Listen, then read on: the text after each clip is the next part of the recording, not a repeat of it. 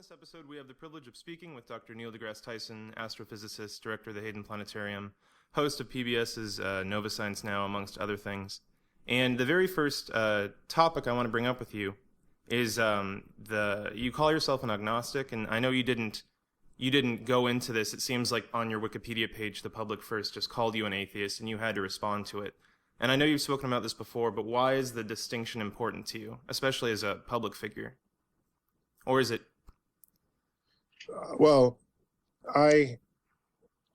I'm not so much concerned with the definition, the formal definition of the word atheist and the formal definition of the word agnostic.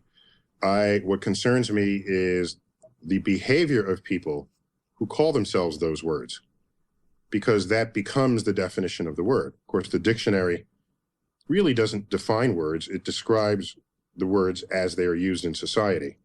And hence you have the evolution of words in the English language.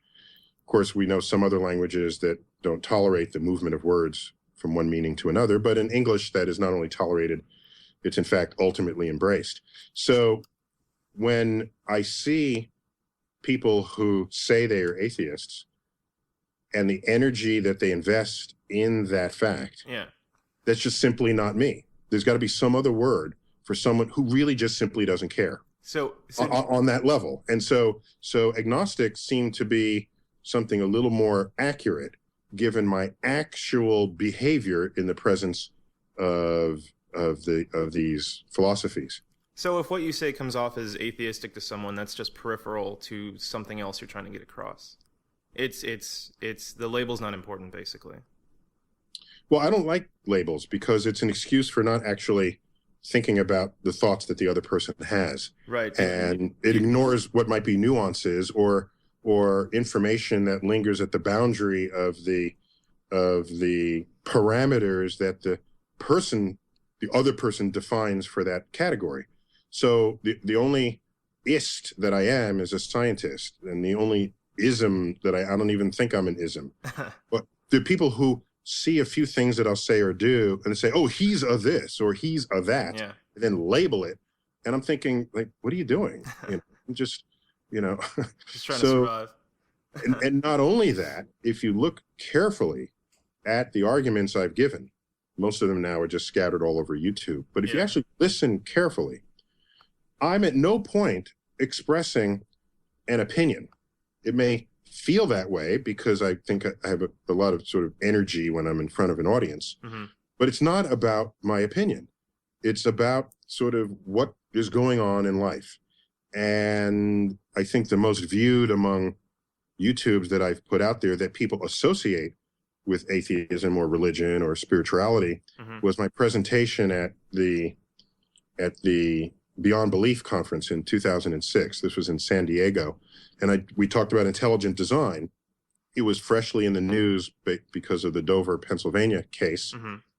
And I simply said that intelligent design, if you think of it as someone reaching the limits of their knowledge and then invoking the hand of something more intelligent than they, historically that simply would have been God, there's plenty of precedent for that among the world's most famous scientists throughout history.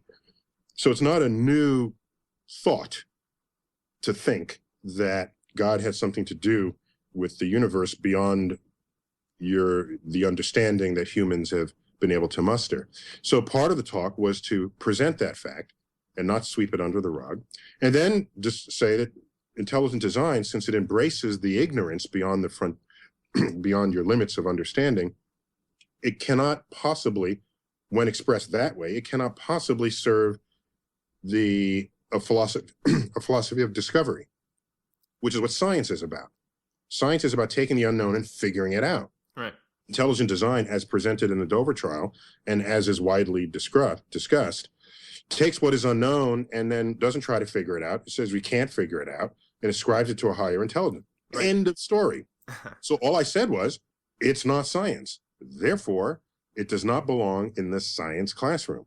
You want to put it somewhere, it's fine. Put it in philosophy class or history class or religion class. It's not science.